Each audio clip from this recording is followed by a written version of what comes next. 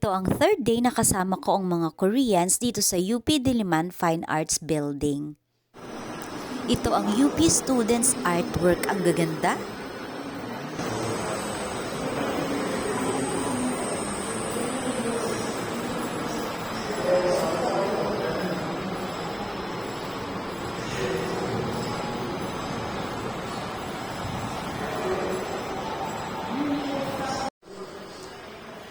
Nahirapan pa akong kumuha against the light. Pero sobrang ganda nila.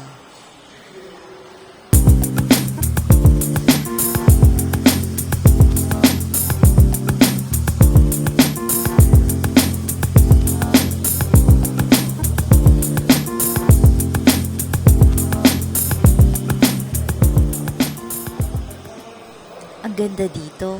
Kaya lilipat naman tayo ng ibang room.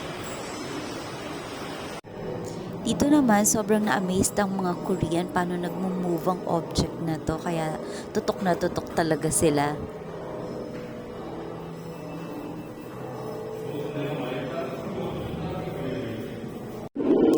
Ito naman ang actual sound ng room na to. Ang galing.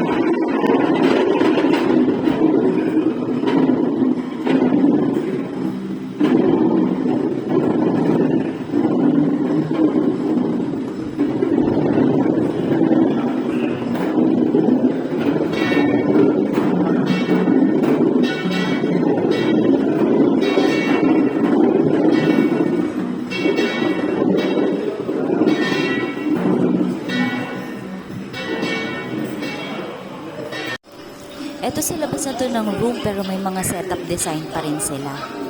Siyempre nag-enjoy, nagutom, kumain kami sa Royal Kitchen. Ito, pauwi na kami at marami pa rin kaming nadaan ng restaurant sa labas. At of course, ihatid na namin sila sa Naiya dahil pabalik na sila ng Korea. Hanggang dito na lang ang vlog na to at sobrang nag-enjoy kami sa aming whole day trip.